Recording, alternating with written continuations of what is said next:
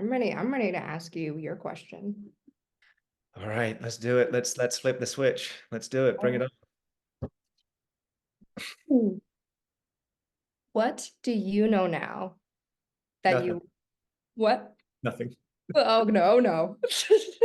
Oh, that's not the end of the question? Right. Okay. Close.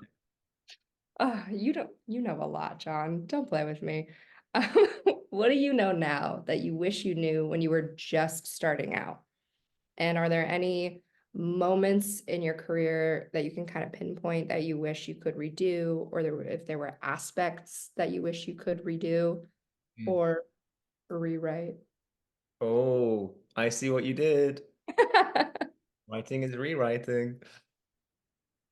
Nailed it. So, thank you for this question. I love this question. And there are a number of things that I would do slightly differently if I could go back. I think having given it some thought, full transparency, we ask these questions before each episode, so we have some time to think about it. These are not completely improvised answers. Look at you being transparent. I, what did we just speak about, Nina?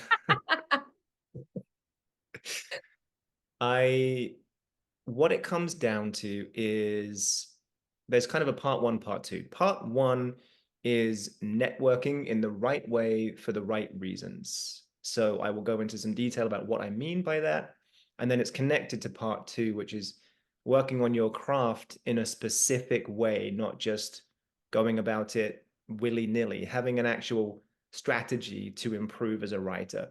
Those two things connected would have advanced me faster than I actually was able to advance based on not fully understanding the content that I would now share with you, sort of the details of this. So I'll start by talking about networking. And when I say networking in the right for the right reasons, yes, I'm talking about meeting the right people and connecting with people that could maybe advance your career. That there's certainly that element of networking. But almost above and beyond that, it's such a healthy thing to do. And as a writer just starting out, you need to be prepared to be in this game for a very long time. And if you are doing that in isolation, that's not going to work too well. Writing is, it can be a very solo pursuit. It can be a lot of time spent in like this hermetically sealed room, never seeing the light of day, never interacting with other humans. And that it's not healthy for you. It's not going to help you get better as a writer because you're not taking on ideas from other people. You can also, I think what it does is leads to this kind of almost misanthropic view of Hollywood in general, where we don't trust the people out there. Like there's all these decision makers in offices somewhere that are making these big decisions and they don't want to hear from us. And we just need to wallow away in our darkened rooms. Or we can go the other way and completely pedestalize these people and say, they don't want to hear from little old me. I'll just stay here and do my thing with my laptop and just keep cranking out pages. Neither one of those two approaches is going to go very well ultimately. So, networking, as in actually going to networking events, I was hesitant to start with because I didn't fully understand these benefits that I've just started to outline. I thought of networking as, am I going to meet the person that eventually gets my scripts noticed, sold, developed, produced? And yeah, the odds are quite slim. That's probably not going to happen at most networking events. But there's so much more to it than that. I mean, just going into some basic kind of neurology, if you like, it's dopamine and oxytocin that you get from spending time with other human beings, right? There's these elements of kind of exposure to new ideas. You can join dots later on. There's conversations you have at networking events that don't seem particularly relevant at the time. But then the next creative session you have, you're like, oh, what was the thing the guy said about the sitcom he was working on with the parrot that can speak Spanish? And that could kind of join a dot here with this. It's like, by the way, that's never actually happened. That was a fictitious example. Oh, Um, I was hoping it was real. let's circle back to that because the Spanish speaking parrot, there's merit to that. There's Exactly. merit to that. That could be a thing. But you join that dot with something else you're kind of cooking up, and you would never arrive at this completely novel idea if you hadn't had that conversation that seemed kind of pointless at the time. He was pitching you this Spanish speaking parrot sitcom. You're like, this is terrible. I don't want to be in this room talking to this random person about this horrible idea. I could be at home working on my own stuff. And then later you think, oh, wait, that idea, although it's terrible, has given me this new angle to approach this horror that I'm writing, which now has a psychopathic parrot in it. So I'm going to come away from that whole Yeah. story because I feel like I'm sharing too much. Um, these Don't give are away your next script. these are ideas. I should think this through. I shouldn't publicize these. So there's all these benefits that come from networking outside of will I meet that person that can advance my career? Even things like stress reduction, right? So again, working in isolation, feeling like you're maybe the only person on the planet that's going through what you're going through. And then you go to a networking event and you see there's a dozen other screenwriters and a dozen actors and a dozen producers. And we're all going through this journey together. We're at different stages for sure, but we're all on this same path. And you will notice really quite apparent reductions in stress, like your cortisol will drop. You'll have more amygdala regulation. I don't know why I'm speaking as a anybody that doesn't understand any of this stuff, just switch over and watch a Huberman podcast or two. You'll be well up to date with everything I'm rambling on about. Coming away from that jargon, I just think it's such a healthy thing to do. And yes, there's also the benefit that you will meet people who eventually can make the introductions, can read your scripts, can get you into the right rooms to meet the right people. It's so difficult to do that without support from people that you would meet at these events. And I also do use LinkedIn, and I didn't to start with. And so that would be a kind of part 1A, use LinkedIn to do networking. In person is probably favorable because you develop a much stronger connection with people when you meet them in person. Um, most of the events that I go to, I try and come away with one person's information that I'm then going to follow up with, set a coffee meeting with, do lunch, something like that. So we're kind of solidifying the relationship. And yeah, honestly, the biggest things that have happened to me in the early years of being a screenwriter have all happened through people I've met at networking events. It's super powerful. I want to pause before I go on to kind of part two. Just to take impact from that answer, was there anything there that you're a fellow writer, and I'm sure you do go to networking events? Was there anything there that was entirely surprising? Do you agree with what I'm saying here? No, no, I entirely agree with what you're saying. It was actually when I came to the first Zoom that you did with right in the head. uh Should we do a PSA? Because for people yeah, listening, Right in please. the Head is a free Zoom hangout for screenwriters. You can join us anytime you want. Writeinthehead.org, and that is right, WRITE. Uh-huh. I will just link it in the description. There you go. Yeah. The Please first continue. that I came to was so helpful, and you talked a lot about networking. And at that point, I was doing that thing where I was holding up in my dark room writing, and I was like, I'm doing it. I'm being a writer. I'm so sad. And and then you start talking about, networking and connecting. And so I started, making a conscious decision to go out and network more. And so I've grown my writing community tenfold. And that I would say that was due to the advice I got from you and the Right in the Head group. So I totally agree with everything you said. I'm going to leave assignments here just so later I can superimpose some applause just after you said that. Just going to let this moment sink in. Do it. All right, we can move on. Writeinthehead.org. Okay. So yeah, it's such a big part of it. And well, let me ask you, what was the reason that you were hesitant to go to these networking events? Because I think that's an important thing for anyone listening to this who maybe feels that same hesitance. Oh, yeah, that's fair. I I guess deep down I knew that networking was like the main thing you had to do in order to meet people and kind of further your career in a sense. But I think I was so concerned because I was like, well, I don't have any successes yet. I don't have anything to really talk about with other writers in the sense of they're like, oh, what like did HBO buy your show yet? I was worried it was gonna be one of those and I went and it totally not a single networking event I've gone to has been like that. We're all just people trying to do what we love.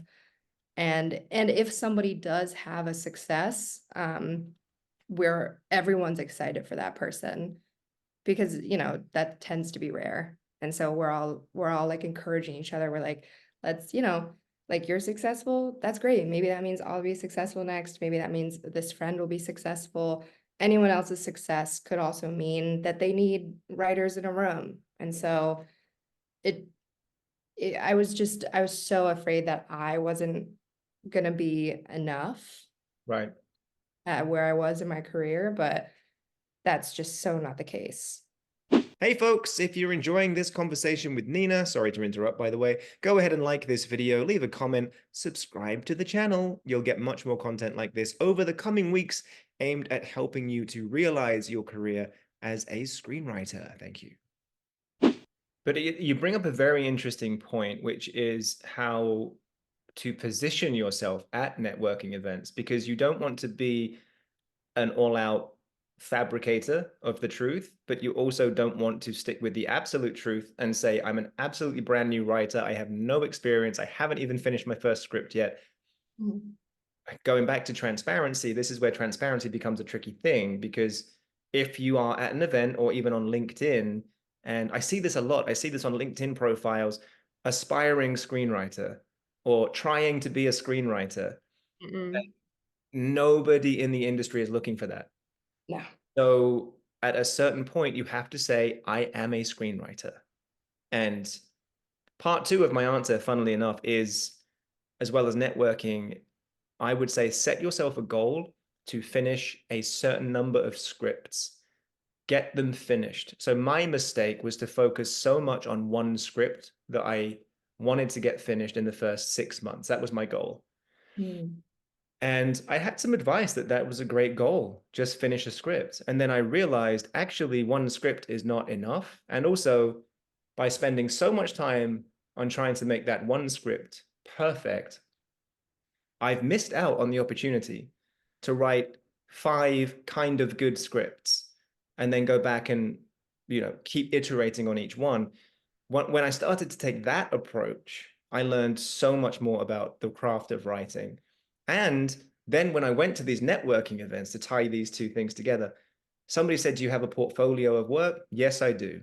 I have 5 scripts that I can send you.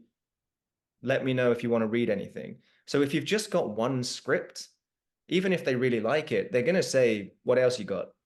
Mhm. If your answer is, nothing, this one took me 6 years, they're probably not going to pursue that with you. But if Yeah. you're like, yeah, I've got 2 features and 3 pilots, even if they're not perfect, that's a great portfolio to share with somebody. This is, by the way, play by play, this is what happened to me. I met a producer. She asked me to send her a sample or 2. I sent her 3 samples. She got back to me. These are great. Do you want to work on this with me? Yes, absolutely. It took off from there. So this happened at a networking event, followed by having a portfolio of work. That was how I got in. So So cool. those are the things. And even if that doesn't happen to you, the amount of learning you will get from doing, let's say, 5 scripts, moving through them fairly quickly, not overthinking it, just getting finished scripts, the amount of learning you will do and having those finished products, that is absolutely inalienable. No one can take that away from you. So even if nobody jumps at you and said, I love this, I want to sign you, let's do a deal, you've still learned, you've still grown as a writer, and you're now in a much better position to pursue the whole thing. So that was going to Fantastic. be part 2 of the answer. Yeah. No, that's such a valuable advice, especially, I don't know about you, but especially as someone who um loves to edit as they go. It's, I'll end up writing 6 pages and I'll be like, none of this is really working. And then I'll delete 6 pages. And it's just So like, I can't do that. let me ask you this question. How do you know it's not working until you finished it? Right? That's, Think that's a great about it. question. You've got 6 pages that don't feel quite right, but you haven't yet got your beginning, middle, end. You don't know exactly where it's going to end unless you've done a very detailed outline. So why not just go all the way through to page 30 or 60 or 90, whatever your project is, and then take a look at it, knowing how it ends, knowing the whole story world. Now you can go through and think, now I know which direction I'm going in. This particular part's not quite right. Okay, let me change that. Mm, If you do that as you go through the project, there's not an end point that you're aiming at. So you can make infinite changes because there's no end result, right? So when you jump in a car and drive somewhere, if you don't know where you're going, how do you know which turn to take? that's true. That's very true. Uh,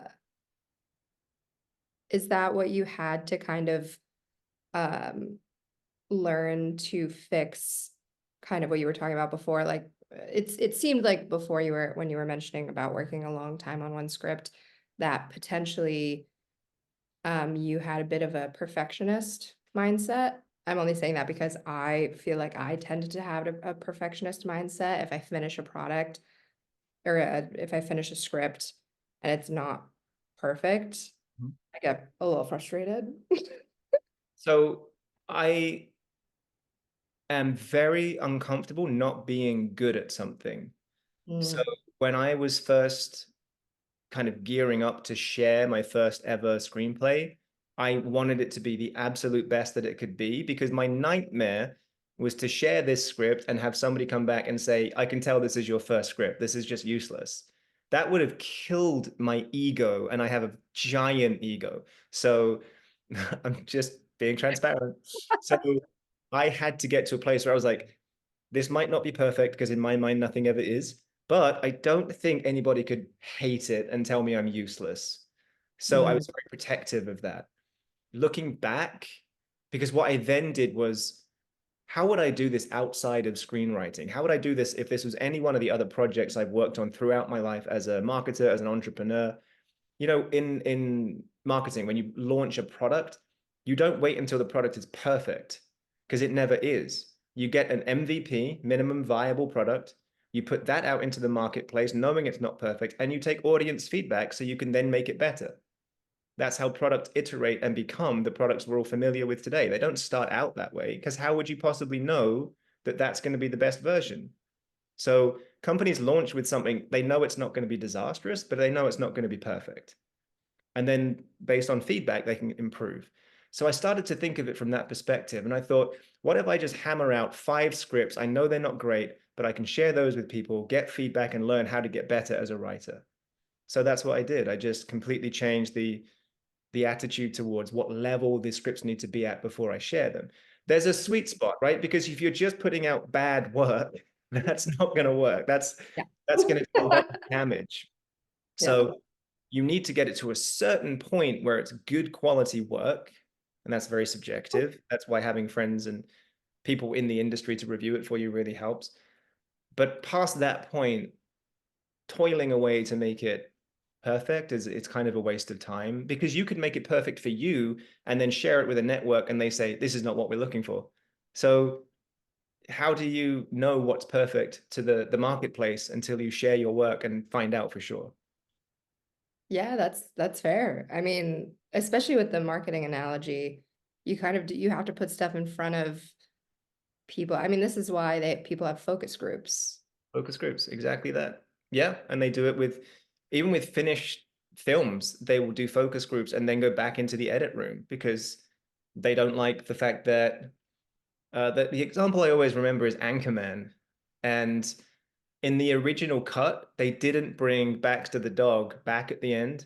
So when Jack Black's character punts him off the bridge, that's the last you see of the dog Baxter. And the focus groups were like, this is a terrible movie. You killed a dog.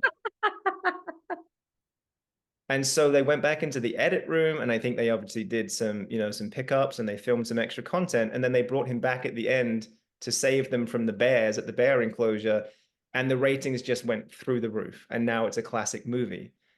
But that was Yeah. based on audience feedback. That's so. One moment. Live podcasting, everyone. Trouble. No. Come here. We can leave it in. We could edit it out. Is it a dog? I was actually just gonna say now that I think about it, I've actually seen I think two different I went to like the little initial screenings of where they give you the little audience Oh, feed. okay. Fun. Um that's so true. They do totally go back and edit those like supposedly finished products. Yeah. Yeah. Wow. Yeah, I So guess when you think about it that way. yeah, just put your work out there, have a portfolio, and get feedback. That's the fastest way to improve is to get feedback. So network, meet people, and just don't spend too long on any particular project. That would be the two things I would say to me 3 years ago when I first sat down to write a screenplay. Nice. And then did you ever have you had a screenplay that kind of went into, it was made into, a film or a series, and then you thought, and maybe while you were watching it or a little bit after, you were like, oh man, this line would have been so good. Oh, every single script I finish, no matter what happens to it next, if I reread it a few months later, I can see so much that I would change. So much. But that's one of the other reasons to share your work is when you're in the creative phase and you're still working on it, you get blind spots. There's Mhm. things you can't see because you're so focused on it for such a long time. Then you come back to it 6 months later and so obvious what you could have improved.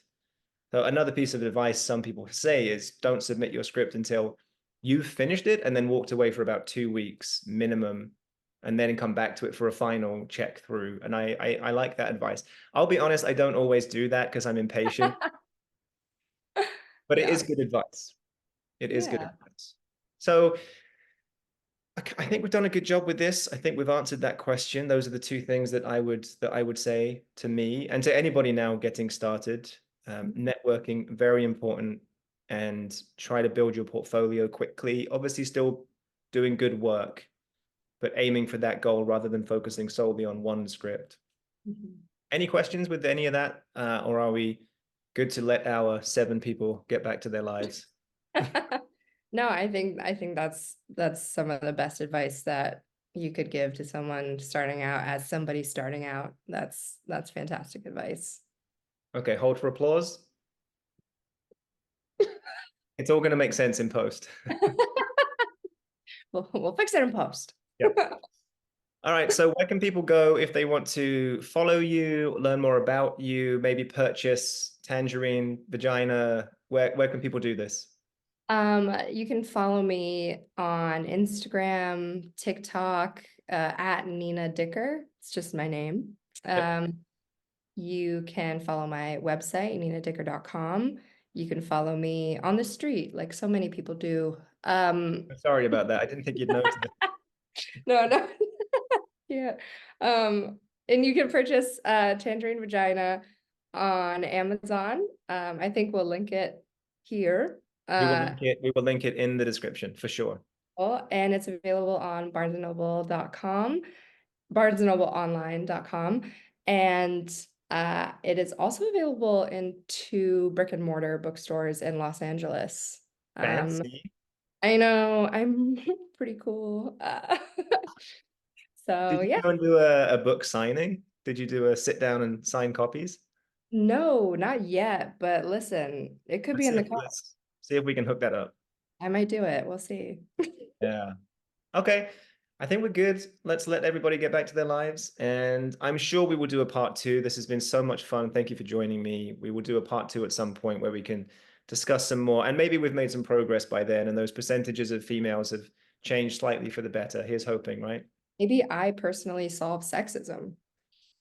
It's a good goal. I would say it's reasonable. Of course. Yeah. All right, Nina, thank you so much again for your time today. I'll chat to you soon. Bye. Yeah, thanks.